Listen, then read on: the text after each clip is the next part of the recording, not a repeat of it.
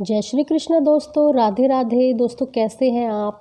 दोस्तों अजा एकादशी व्रत का महत्व, पूजा विधि, नियम की वीडियो चैनल पर पहले ही अपलोड की जा चुकी है और आज मैं इस वीडियो में आपको अजा एकादशी व्रत की पौराणिक कथा सुनाऊंगी। कुंती पुत्र राजा युधिष्ठिर ने भगवान श्री कृष्ण जी से कहा कि हे भगवान, भाद्रपद कृष्ण एकादशी का क्या नाम है, कृपया करके इस फलदायी व्रत की विधि और इसका महात्म्य बताइए।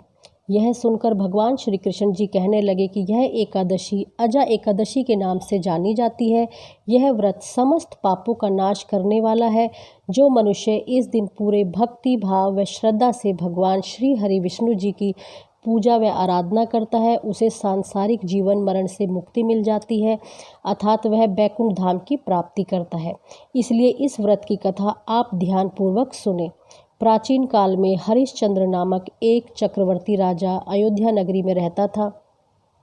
उसे अपनी सत्यता व वचन पूर्ति हेतु अपना समस्त राज्य व धन का त्याग करना पड़ा, साथ ही अपनी स्त्री, पुत्र तथा स्वयं को भी बेचना पड़ा।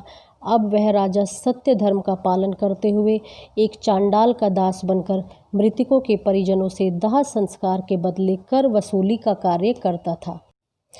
किंतु इस परिस्थिति में भी वह सत्य से विचलित नहीं हुआ। वहीं हरिश्चंद्र की पत्नी को माली के यहाँ काम करना पड़ा।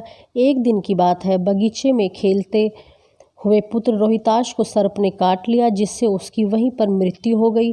कई बार राजा हरिश्चंद्र चिंता रूपी समुद्र में डूबकर विचार करने लगते कि मैं कहाँ जाऊँ, क्या करूँ, जिससे मेरा इस विपत्ति में उद्धार हो सके। इसी चिंता में कई वर्ष बीत गए। एक दिन राजा इसी चिंता में डूबे हुए थे कि ऋषि गौतम वहां पर प्रकट होते हैं। राजा उन्हें प्रणाम करता है तथा अपनी सारी व्यथा बताता है। यह सुनकर ऋषि गौतम कहने लगे कि राजन, आज से 7 दिन बाद भाद्रपद कृष्ण पक्ष की अजा एकादशी आएगी। तुम विधि पूर्वक उसका व्रत करो। गौतम ऋषि ने कहा कि इस व्रत के पुण्य प्रभाव से तुम्हारे समस्त पापों का नाश हो जाएगा। इस प्रकार राजा से कहकर ऋषि गौतम अंतर्ध्यान हो गए। राजा ने उनके कथनानुसार एकादशी का व्रत विधि विधान से किया व रात्रि जागरण भी किया। उस व्रत के प्रभाव से राजा के समस्त पाप नष्ट हो गए। स्वर्ग से बाजे बजने लगे तथा पुष्पों की वर्षा होने लगी। उसने अपने मृतक पुत्र को जीवित तथा अपनी स्त्री को वस्त्र तथा आभूषणों से सुसज्जित देखा। व्रत के प्रभाव से राजा को पुनः राज्य प्राप्त हुआ। अंत में वह अपने परिवार सहित स्वर्ग को गया।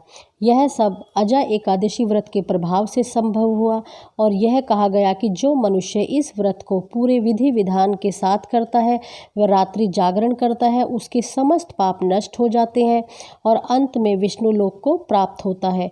इस एकादशी की कथा के श्रवण मात्र से ही अश्वमेघ यज्ञ के समान फल प्राप्त होता है। तो दोस्तों, ये थी अजा एकादशी व्रत की पौराणिक कथा।